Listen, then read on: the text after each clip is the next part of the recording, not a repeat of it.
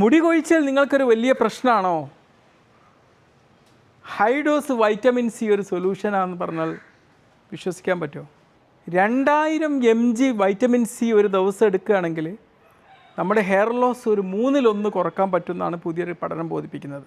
Princeton consumer research 15 സ്ത്രീകളിൽ 2 ആഴ്ചകളിലായിട്ട് നടത്തിയൊരു study റിപ്പോർട്ടാണ് പറയുന്നത്. 2 ആഴ്ച തുടർച്ചയായിട്ട് ഈ ഒരു ഡോസിൽ വൈറ്റമിൻ സി കൊടുത്തു. എന്നിട്ട് ഒരു 3 മാസം കഴിഞ്ഞ് ഇതിൻ്റെ റിസൾട്ട് നോക്കിയപ്പം മുടി കൊഴിച്ചിൽ 37% ഇവരിൽ കുറഞ്ഞതായിട്ട് കണ്ടു. മുടി പൊട്ടിപ്പോകൽ 67% കുറഞ്ഞു. ഈ വൈറ്റമിൻ സി എങ്ങനെയാണ് ഒരാളിൽ മുടി വളർച്ച ഉണ്ടാക്കുന്നത്? നമുക്കറിയാം, വൈറ്റമിൻ സി നമ്മളിൽ ഹീമോഗ്ലോബിൻ്റെ പ്രൊഡക്ഷൻ വളരെ അത്യാവശ്യമാണ്.